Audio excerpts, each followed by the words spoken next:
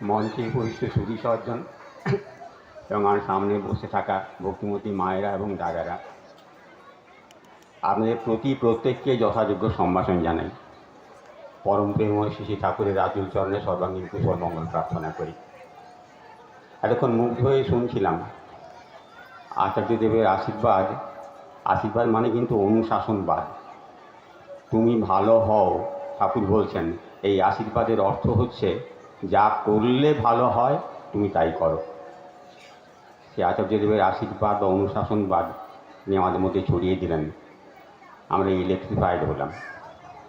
এবারে আমি একটু তাত্ত্বিক আলোচনা করার চেষ্টা করে দেখছি।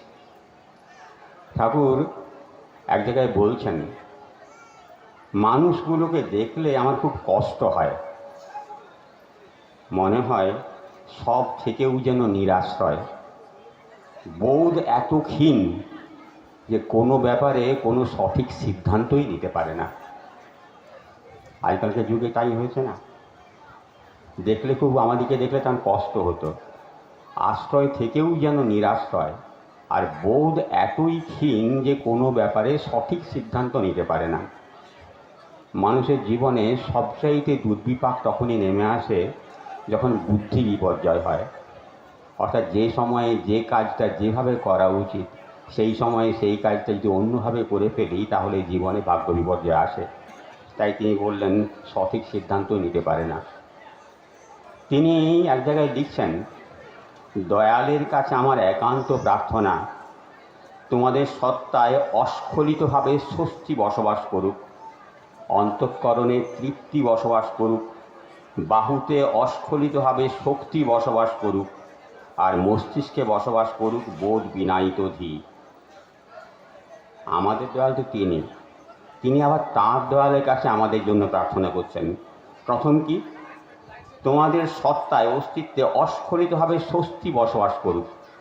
স্বস্তি কথার অর্থ, স্বস্তি মানে সুযুক্ত অস্থি, সুন্দরভাবে ভালো থাকা। আপনারা সবাই জানেন আমাদের হিন্দু শাস্ত্রে আমরা তিনবার ওম শান্তি শান্তি শান্তি বলি। তিনবার কেন বলা হয়? কথায় কথায় ত্রিতাপ, ত্রিদুঃখও বলা হয়। ঠাকুর বলছেন মানুষের জীবনে তিন ধরনের দুর্ভোগ আছে।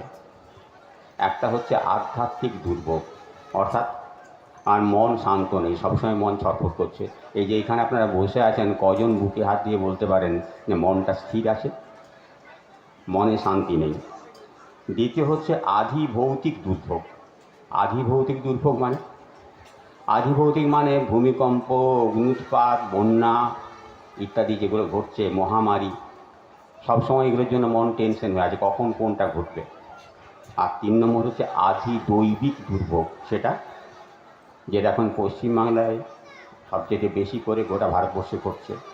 খুন, জখম, হিংসা, এই তিনটে অশান্তি আমাদের মনে রয়েছে।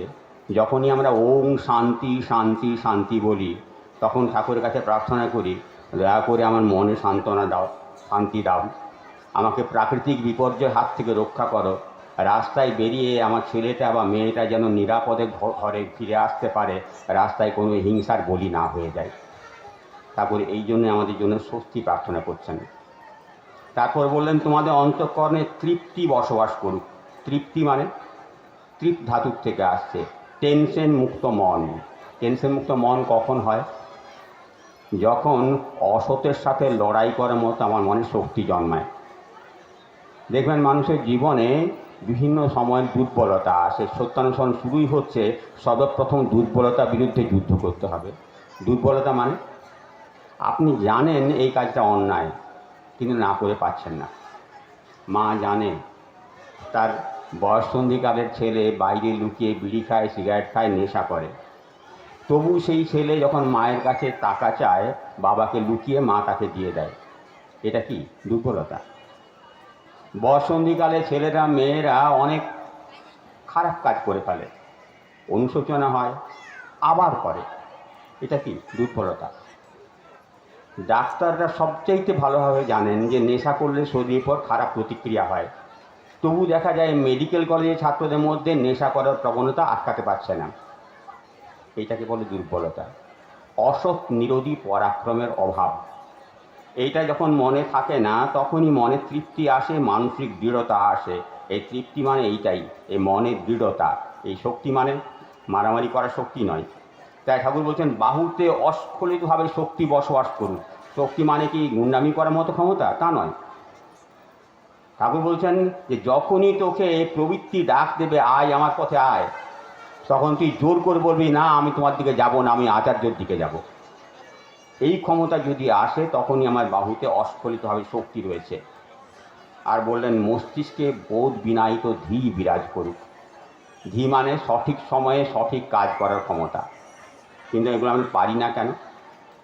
পরমপূজ্য শ্রী দাদা একটা কথা বলতেন যে চলার সাথী আর পথের কড়ি, ঠাকুরের লেখা দুটি বই, ঠাকুরের বাণী সম্বলিত।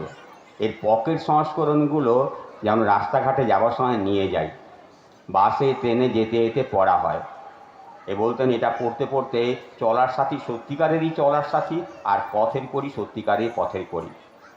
পথের কড়িতে এক জায়গায় আছে, মানুষের নিজ প্রবৃত্তির আকাঙ্ক্ষা পূরণের টানের চাইতে ইষ্টে বা ইপ্সিতে টান যদি বেশি না হয়, তাহলে সঞ্চিত কর্মফলের বিরুদ্ধে কৃতকার্য হওয়া যায় না।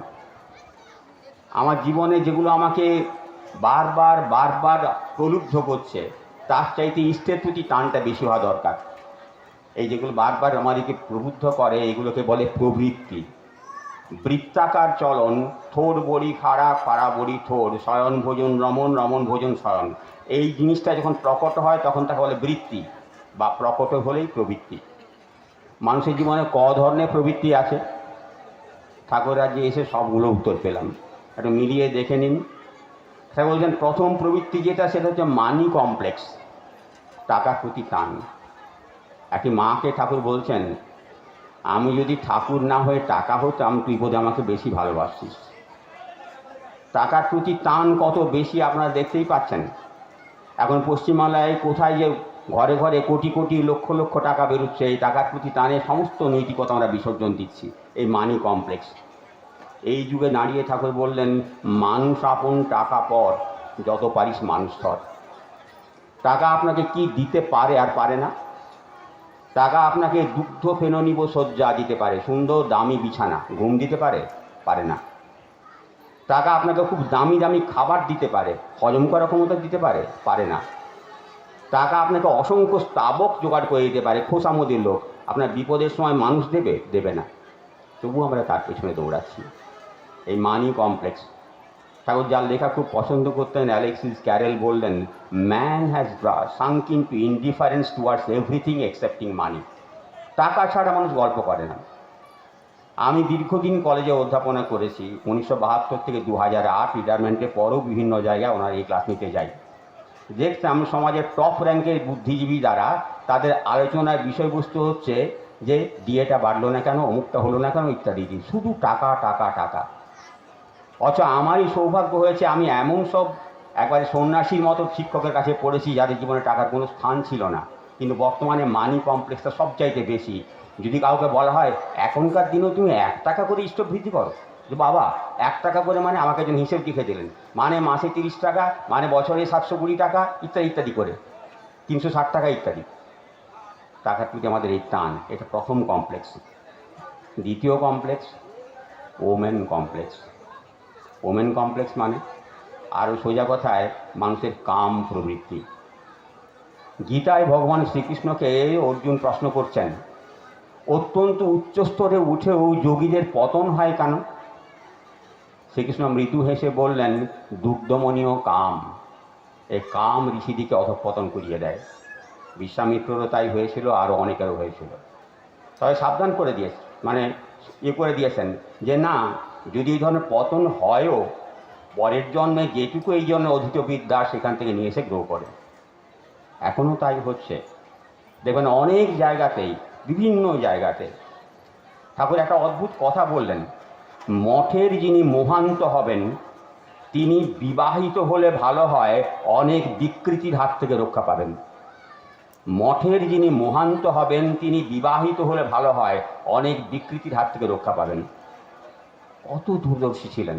আমাদের দ্বিতীয় কমপ্লেক্স, অর্থাৎ এই যে বললাম ওমেন কমপ্লেক্স, এটা আমাদের সর্বনাশ ঘটিয়ে দেয়।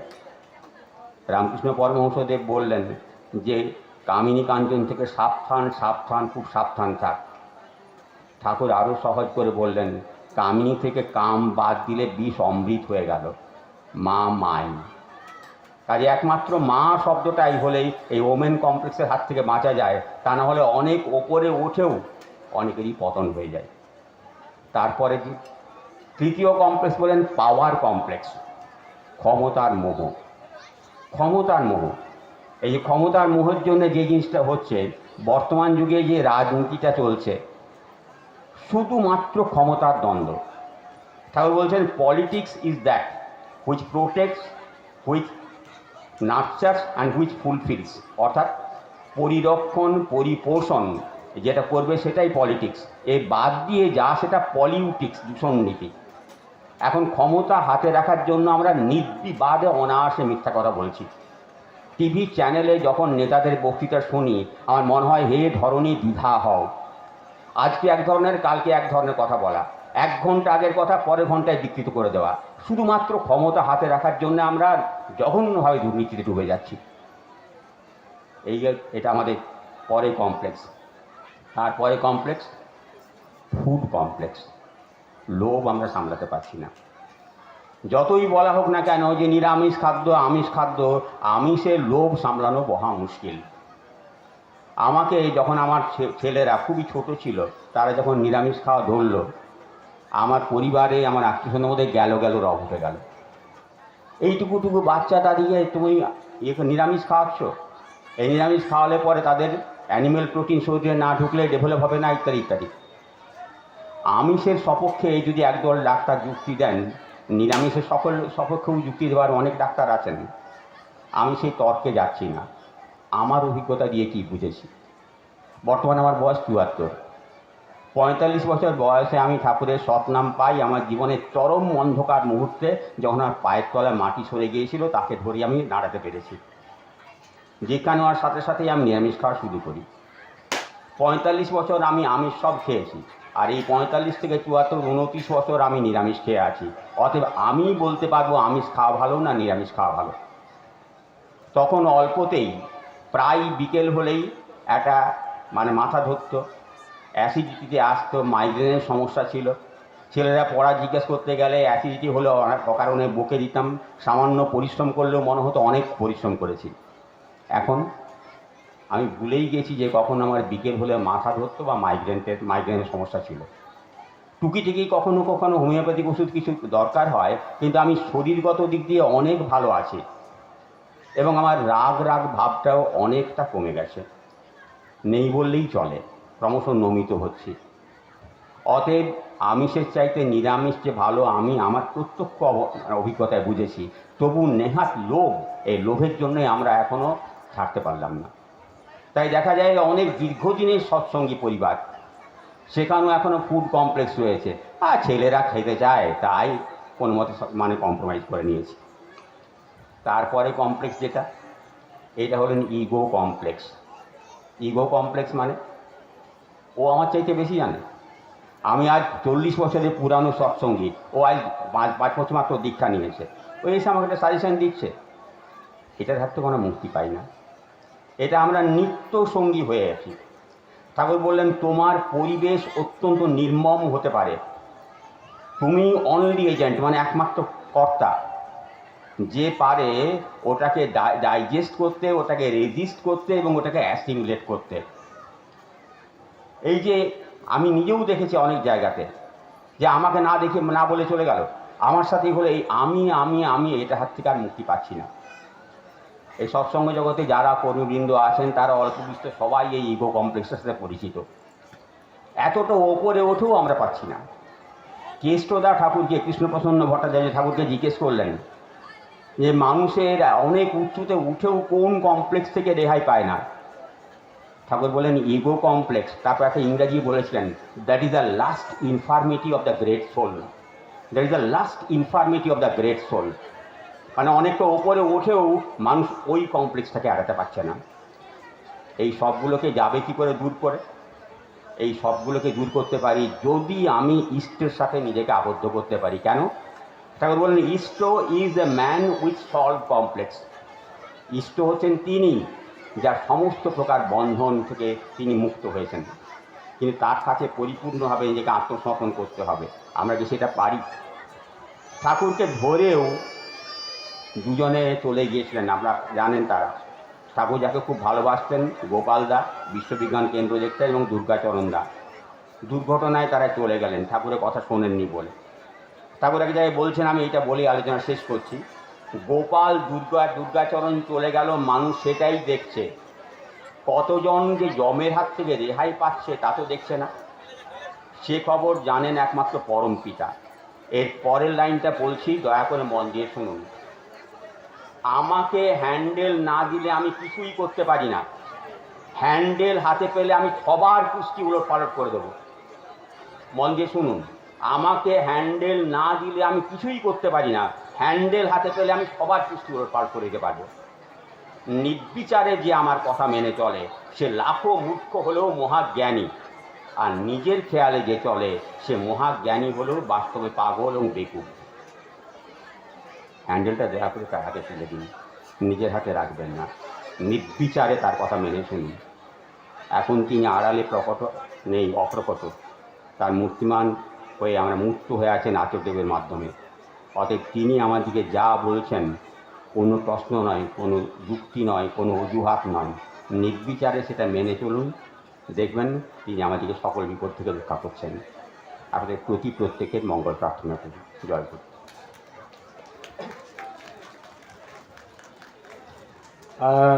যারা বসে